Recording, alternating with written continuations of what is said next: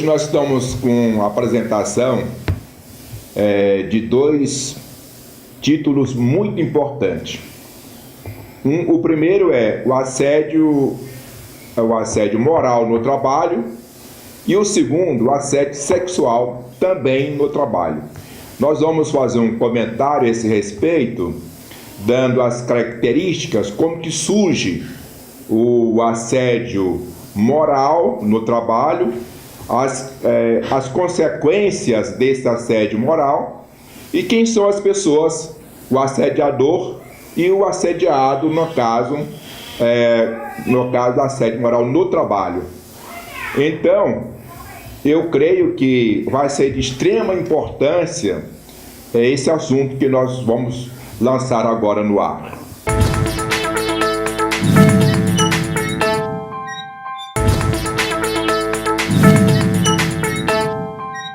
Muito bem, então nós vamos ver o que na verdade significa o assédio moral no trabalho. O que vem a ser o assédio moral no trabalho? Ora, para que haja o assédio moral, tem que ter o assediador. Quem é o assediador no trabalho? É a pessoa que é seu chefe, aquela pessoa que tem poder de comando sobre você. Pode ser seu gerente, chefe de departamento, dono da empresa. Se for repartição pública, da mesma forma, o chefe da sua repartição, o diretor, o presidente. Então, o assediador é a pessoa que tem autoridade sobre você, que tem comando sobre você. Então, é ele que faz o assédio moral. O que vem a ser o assédio moral? É quando esse chefe coloca encargos para você fazer além das suas possibilidades e que é para forçar você pedir as contas, sair daquela empresa. Então isso é o assédio moral. A pessoa coloca, por exemplo, a pessoa para fazer mais de uma função, sem ser aquela função da qual ele foi contratado, ou então trabalhar além do horário e não pagar as horas extras, falando que a pessoa, se quiser trabalhar para ter um emprego, tem que então tolerar essa situação da empresa ou do órgão público que você esteja trabalhando. Então, toda e qualquer situação dessa que está forçando a barra, cujo objetivo principal é você pedir as contas, sair daquela empresa ou sair daquele departamento e ir para outro departamento, faz caracterizado assédio moral. É assédio moral também, por exemplo, salário de classes. Digamos que entra um médico no hospital ganhando, vamos supor, 20 mil por mês. E depois o mesmo hospital contrata outro médico ganhando aí 18 mil por mês para fazer o mesmo trabalho que o outro médico vai fazer ganhando 20. Aí o que acontece? No momento que você descobre que o seu colega faz tudo que você faz, a mesma coisa, você faz a mesma coisa, tem a mesma capacidade e continua ganhando 18 mil em vez de ganhar 20, então isso é um assédio moral. Ou vice-versa, a pessoa ganha 20, a empresa contrata um ganhando 26, um novato ganhando 26. Aí o velho de casa, que ganha só 20 mil, e o novato foi contratado por 26 mil, então o que se entende? Que essa empresa, esse hospital, não está querendo mais um médico que ganha 20 mil reais, quer que esse médico se sinta prejudicado em relação ao outro que ganha 26 mil e peça as contas para sair do hospital. E assim, sucessivamente. Qualquer situação dessa forma faz caracterizado o assédio moral. O que deva fazer então, se você trabalha numa empresa e vê na verdade que o patrão está colocando para você fazer serviços além das suas forças, além das suas possibilidades, exigindo uma produção acima daquilo que você pode produzir, isso faz caracterizado assédio moral. E o que você deve fazer? Deve procurar um profissional, se informar dos seus direitos que você tem, porque você pode, nesse caso, entrar com uma ação judicial contra essa empresa, e a empresa ou vai tirar, se for o caso, de tarefas além das suas possibilidades, a empresa vai voltar atrás, tirar as tarefas que estão além da possibilidade, tirar a produção, o teto de produção, aquilo que está acima das suas possibilidades, e vai equiparar aos outros. Ou então, essa empresa vai, perante a autoridade judiciária, mandar você embora. E você vai receber todos os seus direitos que você tem. É chamada aí, nesse caso, a rescisão indireta. Essa rescisão indireta traz para o empregado todos os direitos que ele tem, como se o patrão, na verdade, tivesse mandado embora. Então, em síntese, isso é assédio moral no trabalho. Muito bem, agora nós vamos falar sobre o assédio sexual, que também existe nos trabalhos, nas repartições públicas e nas empresas particulares. O que faz caracterizado um assédio sexual no trabalho? É quando um chefe seu, em razão da função de chefe, fala para você aceitar as suas carícias, os seus atos libidinosos, porque senão ele vai mandar você embora. Então, ele está forçando a barra aí, digamos, você ter um ato sexual com ele, em razão de você permanecer no emprego. Ou tem também aqueles atos em que o patrão fala: olha, se você fizer viagens comigo, dormir comigo no mesmo hotel, na mesma cama, por aí, eu vou mudar você de função. Você vai passar a ser chefe de departamento, você vai ser diretora, coordenador, qualquer cargo que ele prometa para você, em razão de você aderir aos seus desejos sexuais, caracteriza assédio sexual.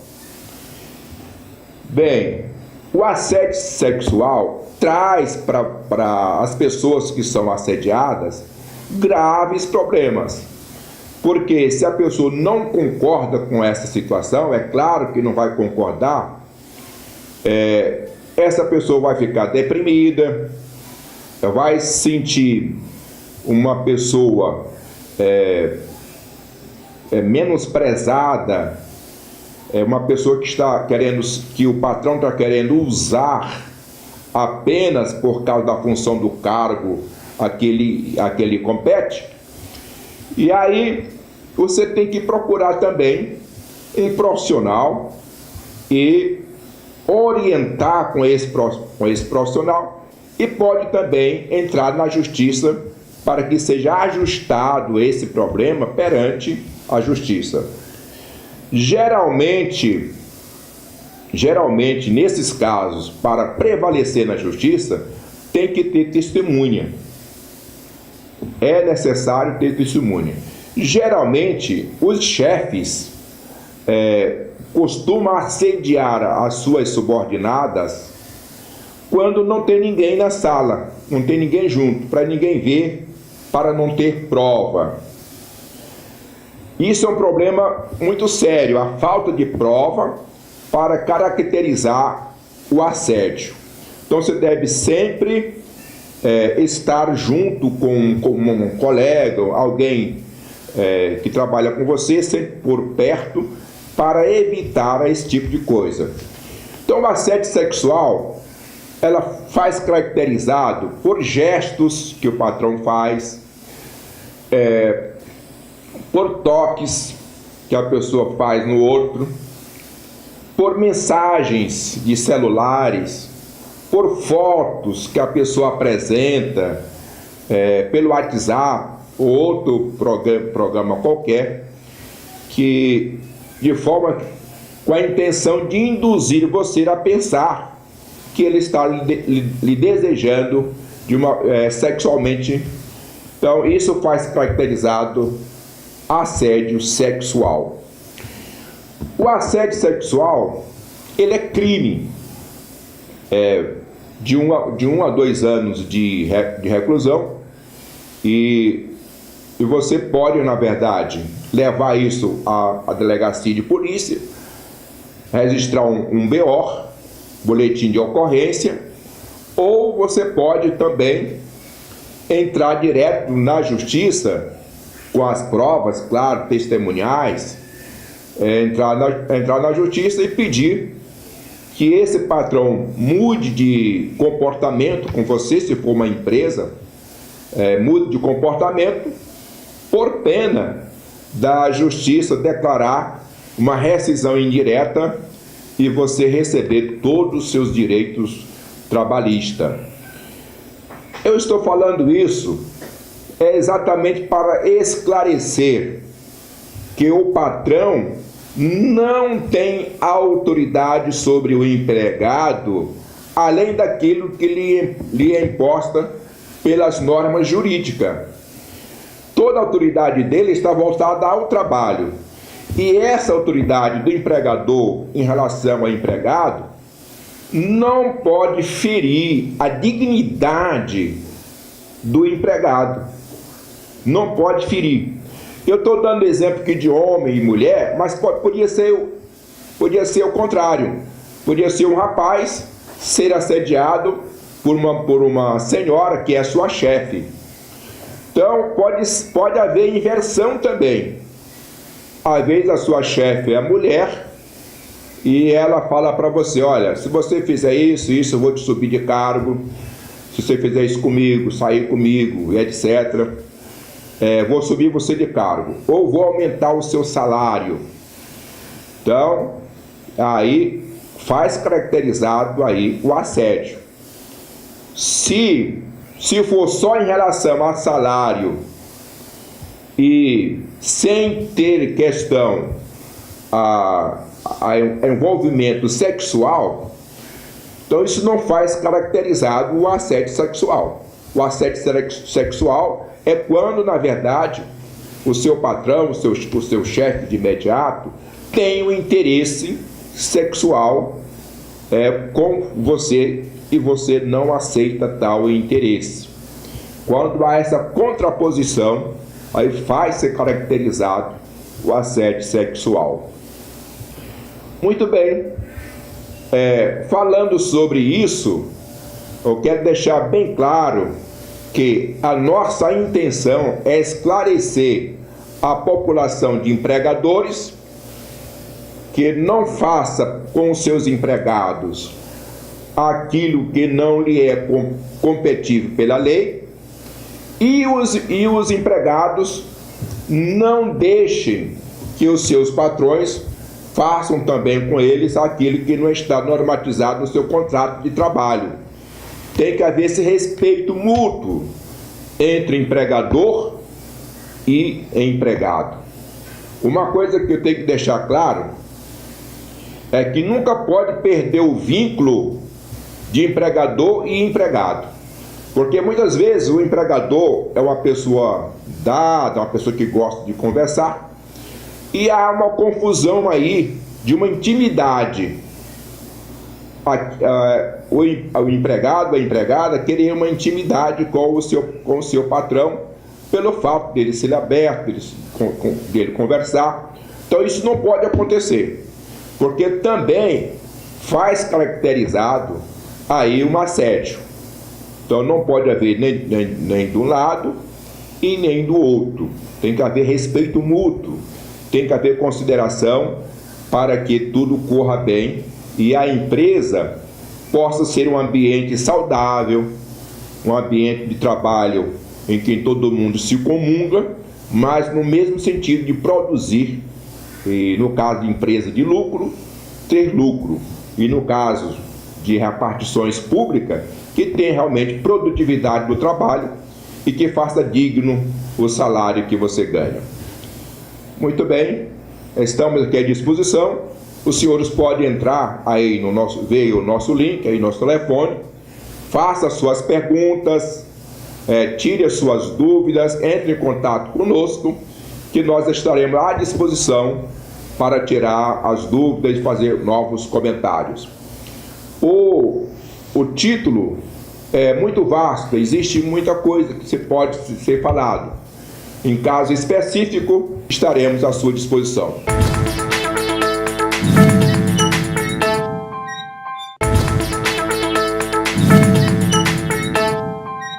Muito bem, nós vamos fundamentar aqui, em primeira mão, a questão do assédio moral. Ele se encontra no artigo 483 da CLT.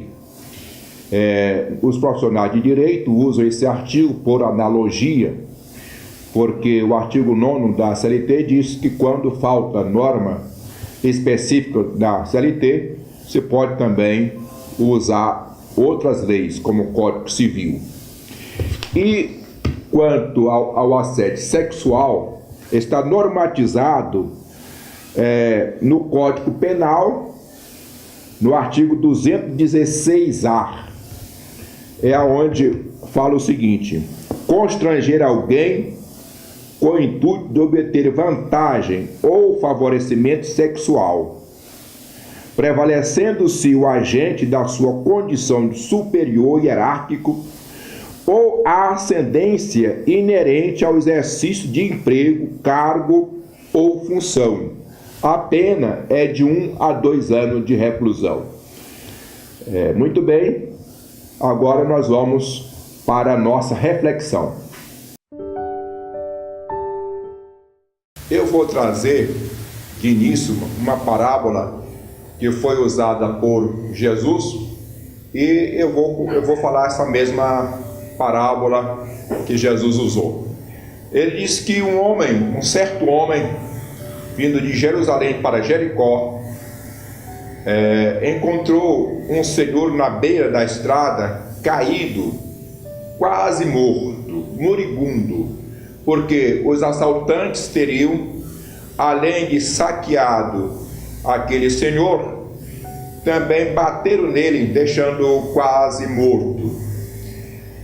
E por ali passou um sacerdote, e vendo aquele senhor caído na beira da estrada, passou de largo. Aí de repente passa também um levita, olhou aquele senhor caído na beira da estrada, quase morto, também o abandonou, passou de largo. E de repente vem um samaritano. E aquele samaritano olhando aquele senhor quase morto, teve misericórdia dele, pegou aquele senhor, o colocou no seu cavalo e levou até a uma hospedaria. E ali ele cuidou daquele senhor, deu os remédios necessários, passou o remédio nas suas feridas, e depois ele chamou o dono da hospedaria e disse: olha, você cuida dele. Quando eu voltar, se você tiver gasto alguma coisa a mais do que eu vou te dar agora, você pode me cobrar que eu vou te restituir. Muito bem, essa é uma parábola, é uma história naturalmente fictícia, porém tem um fundo moral de extrema importância para os nossos dias atuais. Hoje nós estamos vivendo como que no anonimato. Nós estamos vivendo no meio de uma multidão mas ninguém olha para nós. E nós temos uma tendência de olhar só para aquelas pessoas que estão bem ligadas a nós.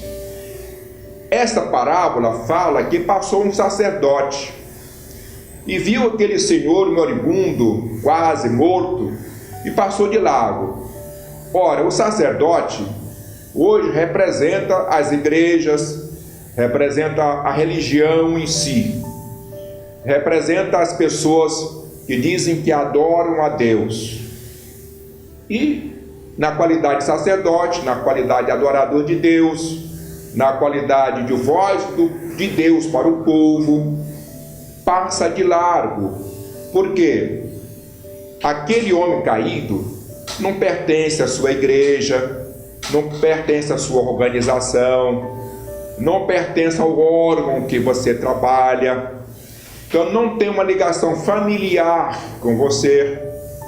Então a tendência é nós deixarmos essa pessoa de largo e não preocupar, porque não faz parte daquele convívio nosso. Passou um levita. O levita representa, além de pessoas que adoram a Deus, que cantam, que fazem louvor, representa também a lei. Então hoje nós vamos comparar com todos os operadores do direito, envolvendo advogados, juízes, promotores, defensores públicos, etc., tribunais. Então, aquele levita hoje representa toda essa turma. Também deixa as pessoas necessitadas, moribundos, de lado, porque não faz parte do convívio, não tem um processo ao qual processo você cuida, então despreza.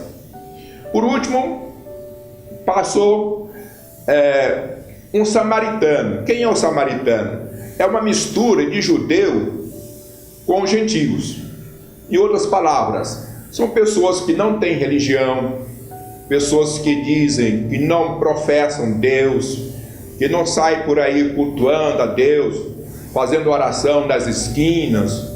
Não, mas porém, essas pessoas que dizem que não são religiosos, têm Deus no coração e não tolera ver o seu próximo caído e não ajudar. A moral da história é que nós temos que amar o nosso próximo, porque se nós amarmos ao nosso próximo com os nossos atos, significa que nós amamos Deus.